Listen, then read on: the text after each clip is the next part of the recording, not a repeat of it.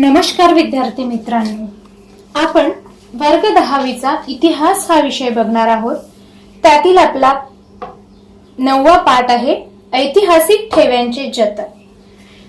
ऐतिहासिक ठेवांच्या जतनामध्ये आपण 5 मुद्दे बघणार आहोत। पहिला आहे इतिहासाची साधने आणि त्यांचे जतन, दुसरा आहे काही नावाजलेली संग्रहालय, तिसरा आहे ग्रंथालय आणि अभिलेखागार, चौथा आहे कोश वाङ्मय आणि पाचवा आहे तुम्हाला माहिती आहे का। तर विद्यार्थी मित्रांनो, आपण थोडक्यात ऐतिहासिक ठेव्यांचे जतन याची प्रस्तावना बघूया की यामध्ये जे अनेक इतिहासकारांनी केलेल्या अथक परिश्रमांचे फलित म्हणजे आज आपल्याला उपलब्ध असलेली इतिहासाची साधने आणि त्या साधनांच्या आधारे लिहिले गेलेले ग्रंथ। म्हणजे जे अनेक इतिहासकार होते त्यांच्या कठोर परिश्रमामुळे जे आपल्याला फलित मिळाले आणि त्यातून जे उपलब्ध असलेली इतिहासाची साधने आणि त्या साधनांच्या आधारे लिहिले गेलेले ग्रंथ हा आपल्याला अत्यंत मोलाचा एक ऐतिहासिक ठेवांचा संवर्धन आणि जतन करण्याचे आणि त्यातील काही निवडक दस्तऐवज, ग्रंथ, पुरावस्तू, प्रदर्शित असलेली अभिलेखागारे आणि ग्रंथालय करीत असतात। म्हणजेच याचा अर्थ असा आहे की लोकांपर्यंत या ग्रंथांचा, या ठेवींचा, या जतनांचा लोकांपर्यंत माहिती पोहोचावी, शास्त्रशुद्धपणे माहिती पोहोचावी आणि त्यांच्यातर्फे संशोधन, नियतकालिके आणि इतर प्रकाशने प्रसिद्ध केली जातात। म्हणजे जे दस्तऐवज, जे पुराण वस्तू असतात इत्यादी प्रदर्शित केले जात नाहीत परंतु ऐतिहासिक दृष्ट्या महत्त्वाचे असतात, ते संग्रहालय आणि अभिलेखागारांद्वारे जतन केले जातात। संशोधकांना ते दस्तऐवज आणि पुरावस्तू आवश्यकतेनुसार उपलब्ध करून दिले जातात। ग्रंथालये ग्रंथांचे जतन आणि व्यवस्थापन केले जातात। तर हे सगळं आपल्याला प्रस्तावनेमध्ये सांगण्यात आलेलं आहे। त्यानंतर आपण आपला पहिला पॉइंट बघूया की इतिहासाची साधने आणि त्यांचे जतन। आता इतिहासाची साधने मिळवणे आणि त्यांच्या नोंदी करून त्यांची सूची तयार करणे, त्याचप्रमाणे हस्तलिखिते, जुने ग्रंथ, पुरावस्तूच्या स्वरूपातील भौतिक साधनांची साफसफाई आणि त्या प्रदर्शित करणे या गोष्टी अत्यंत काळजीपूर्वक कराव्या लागतात। म्हणजे जी साधने असतात त्यांच्या नोंदणी ही सूची तयार केली जातात, त्यांचे हस्तलिखिते जे काही जुने ग्रंथ आहेत, ज्या काही पुराण वस्तू आहे त्या भौतिक साधनांची साफसफाई व्यवस्थित करून ते प्रदर्शित करणे आवश्यक असते। त्या कामांसाठी विविध विषयांमधील कृतींसाठी प्रशिक्षणाची आपल्याला आवश्यकता असते आणि योग्य प्रशिक्षण प्राप्त झाल्याशिवाय ते आपल्याला करता येत नाही। तर आपण इतिहासाची साधने 3 बघणार आहोत। पहिला आहे मौखिक साधने, दुसरा आहे लिखित साधने, तिसरा आहे भौतिक साधने। त्यामध्ये मौखिक साधनामध्ये लोकपरंपरेतील जी गीते, कहाण्या इत्यादींचे संकलन मौखिक साधनांमध्ये केले जाते आणि संकलित साहित्यांचे वर्गीकरण आणि विश्लेषण करणे, अन्वय अर्थ लावणे आणि संशोधित मौखिक साहित्य प्रकाशित करणे असे या मौखिक साधनांमध्ये आपल्याला दिसून येते। त्यानंतर लिखित साधने। लिखित साधनांमध्ये आपल्याला जे ताम्रपट असतात, दरबारी दप्तरे, खाजगी पत्रे आणि दैनंदिनी, ऐतिहासिक ग्रंथ, हस्तलिखिते, चित्रे, छायाचित्रे, जुने ग्रंथ इत्यादी दस्तऐवजांचे संकलन, संपादन करणे हे लिखित साधनांमध्ये दिसून येते। त्याचप्रमाणे आपले जे दस्तऐवजांच्या संवर्धनासाठी आवश्यक असणाऱ्या सफाई आणि इतर रासायनिक प्रक्रिया करणे, दस्तऐवजांचे ऐतिहासिक मूल्य निश्चित करणे, निवडक दस्तऐवज प्रदर्शित करणे, संपादित साहित्य आणि संशोधनाचे निष्कर्ष प्रकाशित करणे हे सगळं आपल्याला लिखित साहित्यांमध्ये दिसून येते। त्यासाठी आपल्याला उपयुक्त प्रशिक्षण घ्यावे लागतात। म्हणजेच ब्राह्मी, मोडी, पार्शियन यासारख्या लिपी आणि त्यांच्या विकासाच्या क्रमाचे ज्ञान, इतिहासकालीन समाजरचना आणि परंपरा साहित्य आणि त्यांची संस्कृती, राजसत्ता, शासन व्यवस्था इत्यादींचे प्राथमिक ज्ञान आवश्यक असते। विविध चित्रशैली, शिल्पकला शैली आणि त्यांच्या विकासाचा क्रम यांचे ज्ञान, कागदाचे प्रकार, शाई आणि रंग यांचे ज्ञान हे जे प्रशिक्षक असतात, जे प्रशिक्षण दिले जातात त्यांना या सगळ्या गोष्टींची आवश्यकता असते। आणि कोरीव लेखांसाठी वापरलेले दगड, धातू यांच्या स्वरूपाविषयीची माहिती, दस्तऐवजांची सफाई आणि संवर्धन यासाठी आवश्यक रासायनिक प्रक्रियांसाठी लागणारी उपकरणे आणि रसायने यांची माहिती, संग्रहालयांच्या दालनांमधील प्रदर्शन, व्यवस्थापन आणि माहिती तंत्रज्ञान, संशोधनपर लेखन या सगळ्या गोष्टींसाठी आपल्याला उपयुक्त प्रशिक्षण घ्यावे लागते. त्यानंतर आपला तिसरे साधन आहे इतिहासाची भौतिक साधने. आता भौतिक साधनांमध्ये पुरावस्तूचे संकलन, वर्गीकरण, त्याची सूची बनविणे, त्याचप्रमाणे संवर्धनासाठी सफाई व रासायनिक प्रक्रिया करणे, निवडक पुरावस्तू प्रदर्शित करणे, पुरावस्तूंसंबंधीचे संशोधन, लेखन प्रसिद्ध करणे, वनस्पती, प्राणी यांच्या अश्मीयुत अवशेषांचे वर्गीकरण करून सूची तयार करणे आणि निवडक जीवाश्म किंवा त्यांच्या प्रतिकृती प्रदर्शित करणे, हे सगळं आपल्याला भौतिक साधनांमध्ये दिसून येतं. आता त्यासाठी आपल्याला उपयुक्त प्रशिक्षण दिले जाते. पुरातत्वीय अभ्यास पद्धती, सिद्धांत व प्राचीन संस्कृतीचा परिचय करून देणे, पुरावस्तू बनवण्यासाठी वापरलेल्या दगड, धातू, चिकणमाती, त्याचप्रमाणे स्त्रोत व वैशिष्ट्यांचे ज्ञान आत्मसात करणे, त्यांची सफाई व रासायनिक प्रक्रियांची माहिती घेणे, विविध कलाशैलींचे ज्ञान मिळविणे, पुरावस्तू व जीवाश्म यांच्या प्रतिकृती बनविण्याचे ज्ञान आत्मसात करणे आणि पुरावस्तूंचे प्रदर्शन, व्यवस्थापन यांची माहिती घेणे, या सगळ्या गोष्टींचा आपल्याला भौतिक साधनामध्ये उपयुक्त प्रशिक्षण दिले जाते. त्यानंतर आपण बघणार आहोत काही नावाजलेली संग्रहालय. आता नावाजलेली संग्रहालयामध्ये आपण बघूया की मध्ययुगामध्ये युरोपमधील राजघराण्यातील काही व्यक्ती, श्रीमंत लोकांनी संग्रहित करून केलेल्या कलावस्तूंच्या व्यवस्थापनाच्या गरजेतून संग्रहालयाची कल्पना उदयाला आली. म्हणजे सुरुवातीच्या प्राचीन काळामध्ये काही पुरातत्व वस्तू होत्या, तर त्यांनी त्या म्हणजे त्या संग्रहालयात जमा करायचा असं त्यांनी इथे कल्पना मांडली होती. त्यातला आपला आहे पहिला लूर संग्रहालय, म्हणजे फ्रान्स. पॅरिस शहरातील लूर संग्रहालयाची स्थापना इसवी सनाच्या 18व्या शतकात झाली. कोणत्या शतकात? 18व्या शतकात. आणि फ्रेंच राजघराण्यातील व्यक्तींनी जमा केलेल्या कला वस्तूंचे संग्रह लूर संग्रहालयामध्ये प्रथम प्रदर्शित केले गेले.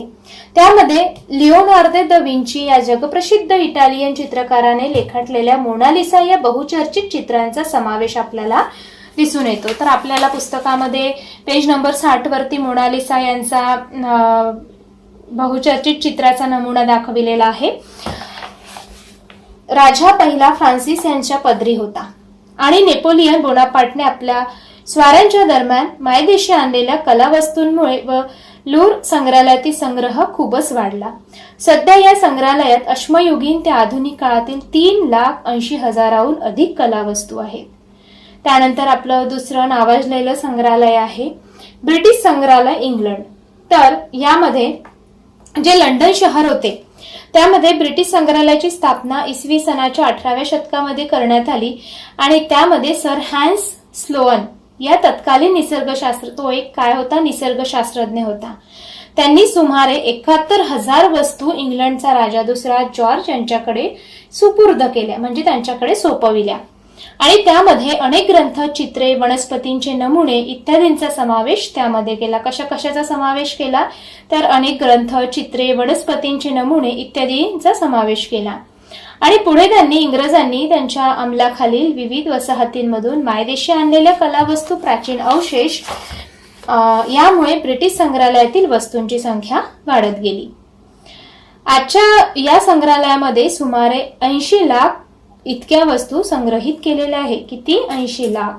आणि भारतातील अनेक पुरावस्तूचा समावेश त्यामध्ये केलेला. आपल्याला ब्रिटिश संग्रहालय इंग्लंड इथे दाखविलेला आहे, इंग्लंडमध्ये ब्रिटिश संग्रहालय. त्यानंतर national museum of natural history, United states of America.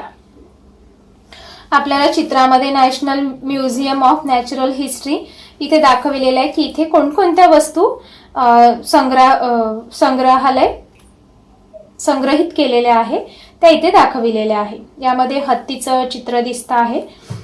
त्यामध्ये अमेरिकेतील स्मिथसोनियन इन्स्टिट्यूशन्स या संस्थेच्या व्यवस्थापनाखाली असलेल्या नैसर्गिक इतिहासाचे हे संग्रहालय इसवी सन 1846 मध्ये सुरू झाले आणि इथे वनस्पती, प्राणी यांचे अवशेष आणि जीवाश्म खनिजे, दगड, मानव प्रजातींचे अश्मीभूत अवशेष आणि पुरावस्तू यांचे 12 कोटीहून अधिक नमुने संग्रहित केलेले आपल्याला दिसून येते. म्हणजे जे हे national museum of natural history आहे अमेरिका मधलं, त्यांनी अनेक प्रकारचे प्राणी, वनस्पती यांचे अवशेष, त्याचप्रमाणे काही जीवाश्म खनिजे, दगड, मानव प्रजातींचे अश्मीभूत झालेले अवशेष हे सगळं त्यांनी संग्रहित करून संग्रहालयामध्ये याचे नमुने ठेवलेले आहे. आपण हे जाणून घेऊया की भारतातील प्रसिद्ध संग्रहालयामध्ये Indian museum, Kolkata national museum, Delhi Chhatrapati Shivaji Maharaj वस्तू संग्रहालय, Mumbai Salarjung museum, Hyderabad the Calico museum of textile, Ahmedabad ही भारतातील प्रसिद्ध संग्रहालयापैकी काही आहेत. आता आपण बघूया की भारतातील संग्रहालय. कोलकाता येथील भारतीय संग्रहालय हे भारतातील पहिले संग्रहालय एशियाटिक सोसायटी यांच्या द्वारे करण्यात आलेले आहे आणि 1814 मध्ये त्याची स्थापना झालेली आहे. सोसायटी ऑफ बेंगॉल या संस्थेतर्फे इसवी सनाच्या 1814 मध्ये स्थापन झाले आणि चेन्नईमध्ये इसवी सन 1851 मध्ये सुरू झालेले गव्हर्नमेंट म्युझियम हे भारतातील दुसरे संग्रहालय आहे. इसवी सन 1949 मध्ये दिल्लीतील राष्ट्रीय वस्तू संग्रहालयाची नॅशनल म्युझियम स्थापना झाली आणि आज मितीला भारतातील विविध राज्यांमध्ये अनेक संग्रहालय आहेत. बहुतेक मोठ्या संग्रहालयांची स्वतःची अभिलेखागारे आणि ग्रंथालय आहेत. काही संग्रहालय विद्यापीठांशी संलग्न असतात आणि अशा संग्रहालयांतर्फे संग्रहालय शास्त्रात या विषयाचे विविध अभ्यासक्रम शिकविले जातात. यामध्ये काही प्रमुख संस्था, काही विद्यापीठे आहेत. राष्ट्रीय वस्तू संग्रहालय दिल्ली, महाराज सयाजीराव विद्यापीठ वडोदरा, कोलकाता विद्यापीठ कोलकाता, बनारस हिंदू विद्यापीठ वाराणसी, अलीगड मुस्लिम युनिव्हर्सिटी अलीगड, जिवाजी विद्यापीठ ग्वालियर या प्रकारे आपल्याला यामध्ये दिसून येते. छत्रपती शिवाजी महाराज वस्तू संग्रहालयामध्ये मुंबई हे इसवी सन 1904 साली मुंबईतील काही प्रतिष्ठित नागरिकांनी एकत्र येऊन प्रिन्स ऑफ वेल्सच्या भारत भेटीच्या स्मरणात एक वस्तू संग्रहालय उभारण्याचा निर्णय घेतला. इसवी सन 1905च्या नोव्हेंबर महिन्यात या संग्रहालयाच्या इमारतींची पायाभरणी करण्यात आली आणि संग्रहालयाचे नाव हे Prince of Wales Museum of Western India असे निश्चित करण्यात आले आणि इसवी सन 1998 मध्ये संग्रहालयाचे नाव बदलून छत्रपती शिवाजी महाराज वस्तू संग्रहालय ठेवण्यात आले. इथे आपल्याला नमुना दाखविलेला आहे. चित्र छत्रपती शिवाजी महाराज वस्तू संग्रहालय मुंबई इथे चित्र दाखविलेलं आहे. या संग्रहालयाची वास्तू इंडो गोथिक शैलीत बांधलेली आहे. तिला मुंबई शहरातील पहिल्या प्रतीची सांस्कृतिक वारसा इमारत असा दर्जा देण्यात आलेला आहे आणि संग्रहालयामध्ये कला, पुरातत्व आणि निसर्गाचा इतिहास या 3 भागात विभागणी करून सुमारे 50,000 पुरावस्तू संग्रहित केलेल्या आहेत. त्यानंतर आपण बघूया. चला तर विद्यार्थी मित्रांनो, आपण ऐतिहासिक ठेव्यांच्या जतनामधला पार्ट 2 बघूया. त्यामध्ये ग्रंथालय आणि अभिलेखागार.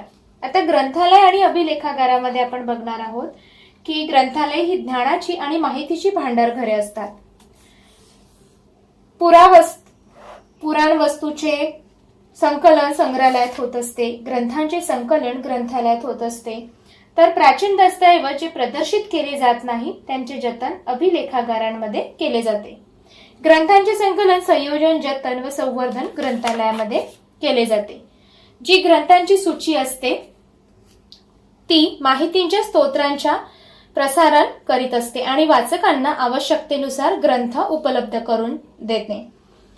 सर्वाधिक प्राचीन ग्रंथालयांमध्ये आपण बघणार आहोत की इसवी सन पूर्वी सुमारे 500 शतक ते इसवी सन 500 शतक या काळातील तक्षशिला विद्यापीठातील ग्रंथालय, इसवी सन पूर्वी 7व्या शतकातील मेसोपोटेमियातील असिरियन साम्राज्याच्या सम्राट असुबाणिपाल यांचे संग्रहालय, इसवी सन पूर्व 4थ्या शतकातील इजिप्तमधील अलेक्झांड्रिया येथील ग्रंथालय, सरस्वती महाल ग्रंथालय यामध्ये इसवी सनाच्या 16व्या शतकात तंजावर येथे नायक राजांच्या काळात हे ग्रंथालय बांधले गेलेले आहे.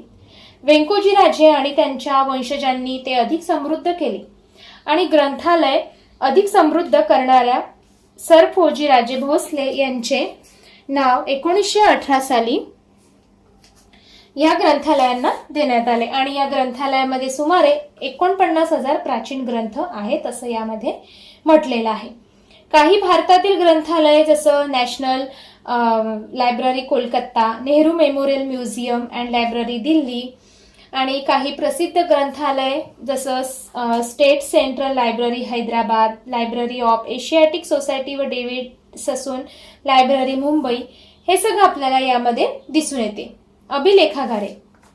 अभिलेखागारांमध्ये आपल्याला महत्वाचे जे नोंदी असतात त्यांची कागदपत्रे जतन करून ठेवण्यात येते, कागदपत्रांची एक सूची तयार करण्यात येते आणि नागरिकांना हवी तेव्हा कागदपत्रे उपलब्ध करून देणे, संपूर्ण व्यवस्थापन संगणकीय प्रणालीशी जोडणे, त्याचप्रमाणे अभिलेखागारांत ठेवलेल्या कागदपत्रात कोणताही बदल केला जात नसल्याने ही कागदपत्रे अत्यंत विश्वसनीय मानली जाते. तर भारतातील पहिले काही अभिलेखागार आहेत, त्यामध्ये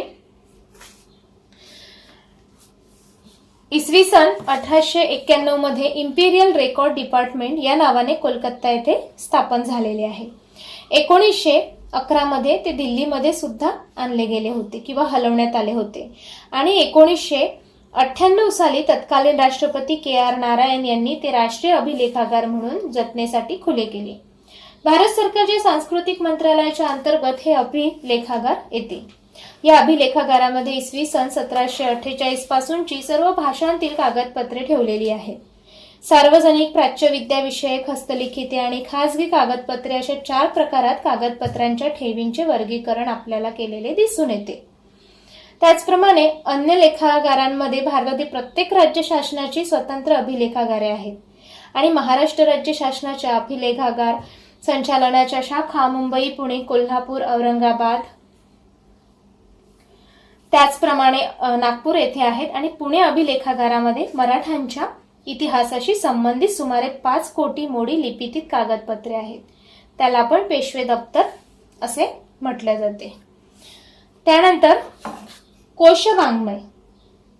आता कोशवाङ्मय मध्ये आपण बघणार आहोत त्याचा अर्थ काय आहे, त्याची आवश्यकता काय आहे आणि त्याचे प्रकार कोणते आहेत. तर सुरुवातीला आपण कोशवाङ्मयाचा अर्थ बघूया. कोशवाङ्मय म्हणजे काय? कोश म्हणजे काय? शब्दांचा अर्थसंग्रह म्हणजेच कोश. जो शब्दांचा अर्थसंग्रह असतो त्यामध्ये विविध माहितीचा व ज्ञानाचा केलेला पद्धतशीर संग्रह म्हणजे कोश होय. शब्दांचा, विविध माहितींचा व ज्ञानाचा केलेला पद्धतशीर संग्रह म्हणजे कोश होय. कोशामध्ये विविध प्रकारच्या ज्ञानाचे संकलन आणि व्यवस्थित मांडणी केलेली असते आणि उपलब्ध ज्ञानाचे व्यवस्थापन आणि सुलभ रीतीने उपलब्धी हे कोशांचे उद्दिष्ट असते. आता आपल्याला कोशाची आवश्यकता का पडते? कोशामध्ये जो शब्द असतो त्याचा अर्थसंग्रह केला जातो, विविध माहिती आणि ज्ञानाचा संग्रह करून त्याची योग्य पद्धतीने संग्रह करून ठेवला जाते आणि त्याची मांडणी देखील व्यवस्थित केली जाते की जेणेकरून सामान्य लोकांना ते वाचता येईल आणि ज्ञान हे जास्तीत जास्त उपलब्ध करता येईल. कोशाची आवश्यकता काय असते की ज्ञान वाचकांपर्यंत पोहोचविणे. ज्याला वाचकांची जिज्ञासा पूर्ण करण्याचा प्रयत्न आहे किंवा वाचकांच्या मुद्द्यांचा, समस्यांचा उलगडा होत असतो, अभ्यासकाला ज्ञानाचा पूर्वसंग्रह उपलब्ध करून देऊन त्यात अधिक भर घालण्याची, संशोधन करण्याची प्रेरणा कोश देत असतात. कोशवाङ्मय राष्ट्रांच्या सांस्कृतिक, बौद्धिक प्रगतीचे प्रतीक असतात. समाजाच्या गरजेप्रमाणे त्या त्या प्रकारचे कोश तयार होत असतात. आता आपल्याला कोशाची आवश्यकता काय हे आपल्याला मुद्द्यांवरून कळून येते. तर आता कोशांची वैशिष्ट्ये थोडक्यात म्हणजे की कोश हे अचूकता असावे, नेमकेपणा असावे, त्यामध्ये वस्तुनिष्ठता हवी, बांधवीपणा असावा आणि अद्ययावतता असावी, असं कोशांच्या वैशिष्ट्यांमध्ये आपल्याला दिसून येते. त्याचप्रमाणे आपण कोशांचे प्रकार बघणार आहोत. कोशांचे 4 प्रकार इथे दिलेले आहे. शब्दकोश, विश्वकोश, कोश सदृश्य वाङ्मय आणि सूचीकोश असे 4 कोशाचे प्रकार दिलेले आहे. त्यातील आपण शब्दकोश हा पहिला प्रकार बघूया. अनेकविध शब्दांचा संग्रह व त्यांचा अर्थ दिलेला असतो आणि प्रतिशब्द व पर्यायी शब्द दिलेले असतात. शब्दांची व्युत्पत्ती व व्याकरण दिलेले असते. सर्व संग्राहक, व्यक्ती कोश, व्युत्पत्ती कोश, विशिष्ट विषयापर कोश, परिभाषा कोश, समानार्थी व विरुद्धार्थी शब्दकोश, म्हणी, वाक्यप्रकार, संग्रह कोश असे शब्दकोशाचे विविध प्रकार पडतात, असं या शब्दकोशामध्ये आपल्याला सांगितलेलं आहे. त्यानंतर विश्वकोशामध्ये 2 भाग पडतात. एक सर्वसंग्राहक, उदाहरणार्थ एन्सायक्लोपीडिया ब्रिटानिका, महाराष्ट्रीय ज्ञानकोश, मराठी विश्वकोश इत्यादी. आणि दुसरा आहे विशिष्ट विषयपर कोश. हे एखाद्या विषयाला वाहून घेतलेले कोश असतात, उदाहरणार्थ भारतीय संस्कृती कोश, व्यायाम ज्ञानकोश इत्यादी. त्यानंतर आपला तिसरा प्रकार आहे कोश सदृश्य वाङ्मय. यात एखाद्या विषयाची समग्र मांडणी केली असते आणि यामध्ये एखाद्या विशिष्ट विषयांवरती तज्ज्ञांकडून लेख लिहून घेऊन ग्रंथ निर्मिती करण्यात येते. यामध्ये महाराष्ट्र जीवन खंड 1-2, शहर पुणे खंड 1-2, year book Manorama times of India असं कोश सदृश्य वाङ्मयामध्ये आपल्याला दिलेले आहे. त्यानंतर सूची वाङ्मय. ग्रंथांच्या अखेरीस दिलेली त्या ग्रंथातील व्यक्ती, विषय, स्थळे व ग्रंथ यांची यादी शब्द यांच्या याद्यांना सूची म्हणतात. म्हणजे जे ग्रंथाच्या अखेरीस दिलेली असते त्या ग्रंथातील व्यक्ती, विषय, स्थळे व ग्रंथ यांची यादी शब्द यांच्या याद्यांना सूची म्हणतात. सूची सहसा आकारविल्ले असते आणि ती त्या ग्रंथांच्या वाचनास मदत करणारी असते. उदाहरणार्थ मराठी नियतकालिकांची दाते यांनी सिद्ध केलेली असते. त्यानंतर आपण कोश आणि इतिहास बघणार आहोत. कोश आणि इतिहास हे दोन्हीही वस्तुनिष्ठतेला, अद्ययावतपणा आणि सत्य माहितीला महत्त्व देत असते. इतिहासाचा अभ्यास करणाऱ्या कोशवाङ्मय उपयुक्त ठरते आणि कोश निर्मितीला इतिहासाची जोड द्यावी लागते असं यामध्ये म्हटलेलं आहे. आणि कोश हे समाजाचे मानचिन्ह असते. स्वराष्ट्राची ध्येय, धोरणे, जीवनमूल्ये, आदर्श यांचा प्रभाव कोशांवरती पडत असतो आणि राष्ट्राचे तत्वज्ञान आणि परंपरा यांचाही प्रभाव कोशांवरती पडतो. आणि कोशांतून राष्ट्रीय अस्मिता जागी करता येऊ शकते आणि ज्ञानार्जन व ज्ञानप्रसार ही कोश निर्मितीची प्रेरणा असते. समाजाची प्रज्ञा आणि प्रतिमा यांचा आविष्कार कोश रचनेत पाहायला मिळतो. म्हणून कोश हे समाजाचे मानचिन्ह असते असं यामध्ये म्हटलेलं आहे.